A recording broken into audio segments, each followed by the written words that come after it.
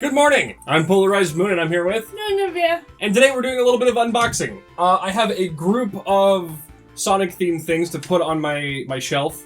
So I got a couple of action figures that I'm gonna open here and review and see what they're like. Because I do quite a bit of that kind of stuff already on my own, so I figured I might as well, show it off. So first off, we've got these three. They're all from different sets. They're all 30th anniversary sets, except for this one. Yeah. This one's just the regular current set, but these are both 30th anniversary sets, but they're different. They're from a different line.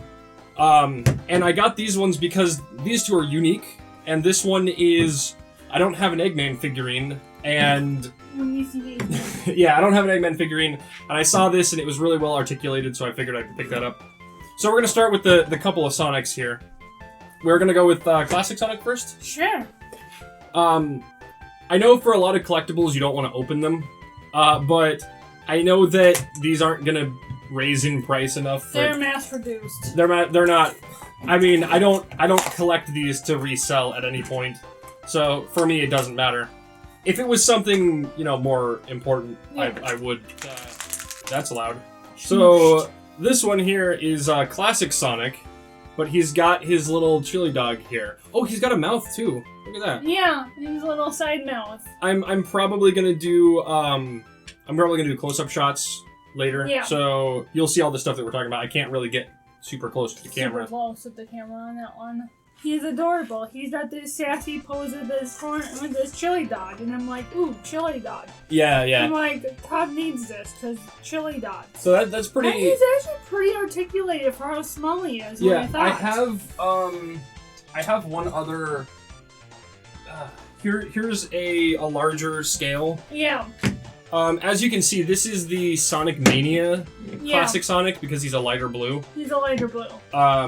So that is this is the Generations Sonic, which is the same color. Uh-huh. Both in Generations, they were both the same color. Past Sonic Mania, now Classic Sonic is a lighter blue color. The lighter blue. I like the lighter blue. He's bright and has that super cartoony feel to him. Yeah, yeah. All right, so this one here, he's got a sassy pose, and this one's actually this one's recreating a pose that I'll probably throw up on the screen here. Yeah, it's from the Sonic X era of games. Mm-hmm. I don't think it's from Sonic X, but it's from that time period. That time period. Post Sonic Adventure 2. When you had that, eyebrow up, questioning the situation, what the heck pose. Yeah. He's not specifically doing the pose in the box. No, but he's available to do the pose. The pose is very clearly based on that pose. Yeah. Yeah, so it's It's the, he's doing it. Yeah. What the heck, guys? Yeah, it's like a what the heck pose. But that's a pretty famous shot from one of the previous official artworks. Yeah. And I really like that they put that in this. They put that in the pose. The so sassiness. This one is the same points of articulation as this. Yeah. As the Classic Sonic. Which is pretty great. Yeah, and the paint is good. They don't have any mistakes, any glaring mistakes. No. There's actually quite a lot of them where the paint is just really bad. Yeah. We've got another set that's underneath. I'm not going to pull it out, but the model on Tails in this one, the legs are really weird, and the paint is bad. There's a couple of shadows. There's a shadow up here where the white is just missing. It's pretty common for that stuff to just not have the right things painted correctly. So it's really nice that they're paying more attention to that stuff now than they used to. And I'm feeling especially since it's a 30th anniversary, things should be well done. Yeah, yeah. Versus, so let's see how well they stand up on their own. I have no idea if that one's gonna stand up. He looked like he was steady enough without being too top heavy. The thing about Sonic is that he's very back heavy. The models are. Yeah. So the spines there's a lot of back heaviness on the spines. Yeah. So the reason I have a lot of them leaned up against the back is because they fall over backwards. Yeah, you always have to have other little stands and stuff for them. Yeah. This one has bent legs, actually. Yeah, they're like bent at the knee. So you can stand him up pretty well. Yeah, you can stand him up pretty decent, yeah. which is actually nice. fairly unique for a Sonic thing. Yeah. The smaller they are, the easier they are to stand up Yeah. on their own. Especially like if they're doing classic Sonic, like he's more chunky, blocky, easier. And I believe these are all done by Jack Pacific. I think the previous ones were all done by like Tomy or something. Yeah, the really bad, the ones that the packaging fell apart was Tomy. Yeah. All right, so now we have Eggman. Robotnik. We've got a Dr. Robotnik. And Eggman. Baldy McNose hair. Baldy McNose hair. Oh, he is very articulated. Well, I read the box and I think it was like 13 points of articulation, and I was trying to count how many there were. Oh, like, wow. Thinking ahead of like, there'd be one here and one there, and where there and there. Yeah, he has a lot of articulation. The head doesn't move, but, No. or at least not a lot, but that's fine. That's fine. That's hard to do with one with a taller and with a mustache. Like, things don't work out. Yeah. Holy crap. He's like super bendy. Yeah. He's like all those Spider-Man ones. Oh, he's super easy to stand up too. Yeah. I didn't even like. It probably helps that he has those gigantic feet. Yeah. That helps. It looks like it would bend at the waist, but it doesn't. Yeah. Because it's got a line across the back where it could, but it doesn't have it across the front. So he does like the torso itself and the head are just kind of static. But I'm okay with that. Yeah. So you get But, a decent amount in the arms and the head, and the legs. Yeah, that is. You can go full-on action pose. Surprisingly, a lot of action for a big tubby guy like and this. This even bends. It's adorable, Tom. Oh. This bends. I saw the little screw on the back. Oh, it's got a spring in it. It has a spring in it, so it goes back. Oh, I love that. Oh, that's great. And the thing is, this Eggman is the correct size for these characters. Which is really nice. That shows that they kind of thought with a set to actually have the heights right. The characters are at approximately the correct height, because Eggman is 6 feet tall and Sonic is 3 feet tall. Which is really nice. Alright, so that's really cool. So those are all the figurines that I got. So these are just gonna sit on the shelf. I'll find a really nice pose for them, and I'm gonna have to rearrange quite a bit of my shelf to get some of these in there. So there. He stands super easy. Like, I just go, boof, he's standing. Yeah. The son is like, what the heck did you just do to me? Right. Alright, so that's great. I think the best out of these is the Eggman. Yeah. Like, I like the other two for how unique they are. Yeah. But the Eggman is really surprising. The Eggman is surprisingly really good. Yeah. There we go. All right. Oh, and the spring. It's spring loaded. That's really smart. The set that the Eggman came from, each of them has like a prop from the series. Yeah, like. I wonder if the one that has the spring, it actually has springs in it. Maybe. Because this is spring loaded. Yeah. So it would be super easy to just add springs to that too. Yeah. And here is the big piece. The Sonic the Hedgehog Crash Course board game. This one's tied in with the IDW comics. Yeah. IDW games. Yep. So, we're gonna open this, see what it's like, and then in a later video, we're going to play it. Oh, yeah. And then I have a really interesting idea of how to visualize what we're playing. I'm gonna recreate the game in Tabletop Simulator, and then you guys will be able to, I'll be able to like visualize it as we're playing, so that we have like better camera angles and things like that. So otherwise you'd have to have like double things and take a lot of time to move stuff around and get shots, and it's a little too tedious to try to do. And I only have 2 cameras, and one of them is really old and crappy. So I'd rather just use the one camera and then do it with Tabletop Simulator. All right, here we go.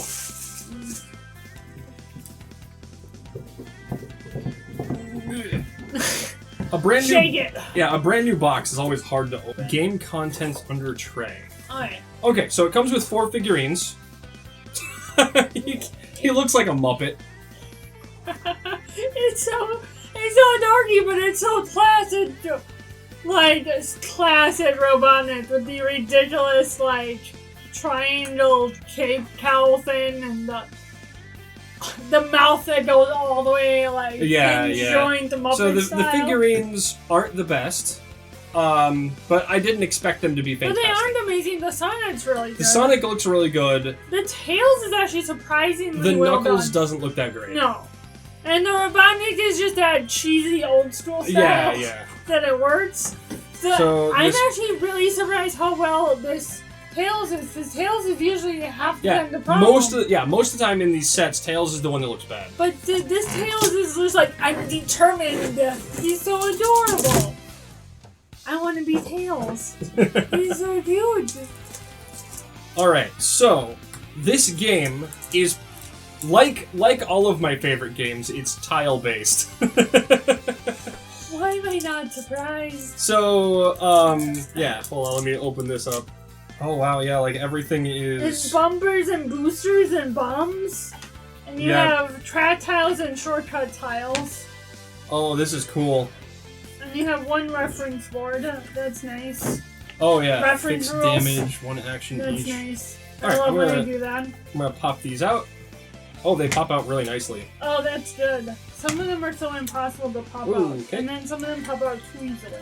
Crab meat and buzz bombers. Oh no, buzz bombers! Yeah, buzz bombers. What is it? Spyro has like a buzz bomber in it. Yeah. And it's like, it looks like a buzz bomber and it functions like a buzz bomber. And I'm like, oh, you're just copying Sonic now? Yeah, I think the one problem I have with the Robotnik with the figurine is they went too dark with the red tones. Yeah, a little bit. Oh man, I can't wait to play this. Like, I love tile-based boards like this.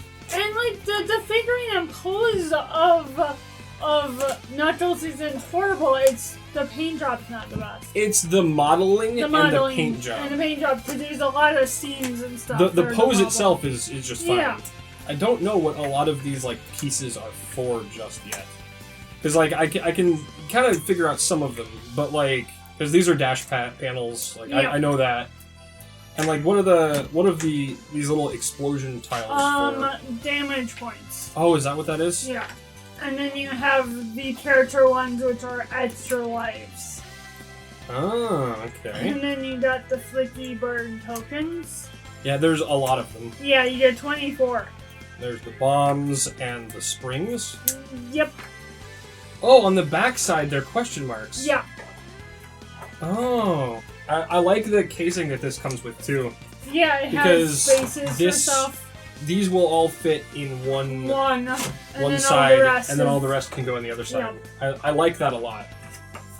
Having a case for your board game that has like a really nice box that you can store everything back in very nicely is one thing that I really appreciate about a lot like certain games. Like, it's something that a lot of board games completely overlook. All right, we have all the pieces out. The number of Flicky Birds you need to win is based on the number of people playing. Oh, nice. So it's dynamic. They have a 2-player version, a 3-player version, and a 4-player version. Oh, that's nice. I really like when they have, like, I really love when games have dynamic win conditions based on how many people are playing. And you can play a 2-player variant that the player can choose a sidekick character. Ooh, oh, that's really nice. So you can play as Sonic with Tails, or, Eggman and, well, it would be Sonic 3. Yeah. Eggman and Knuckles and Sonic and Tails. But it's really good. So, or you can have that moment when Sonic has to team up with Eggman. Team up with Eggman, and then these two are stuck together on the side going, what the heck's going on? Those type of moments. Yeah. But that's really nice. And then they have quick play rules. You can make a quick version.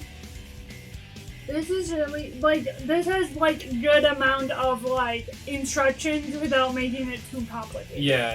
It's a perfect in-between. You can play with a child, but you can have enough fun as an adult. There is a little bit of an issue with the stuff peeling off. I can glue that back on. That happens a lot with but anything. That's pretty common for this type of board game. Yeah. So if you're gonna get this game, just be aware that you may have to glue some of the pieces back together. But that's in like almost any board I've had game to like that. I've had to glue pieces like that back together in many games. Yeah. So that's not. I wouldn't consider that an issue with this game. No, that's a general board game game. issue. Reference Knuckles. Oh, each character has different skills.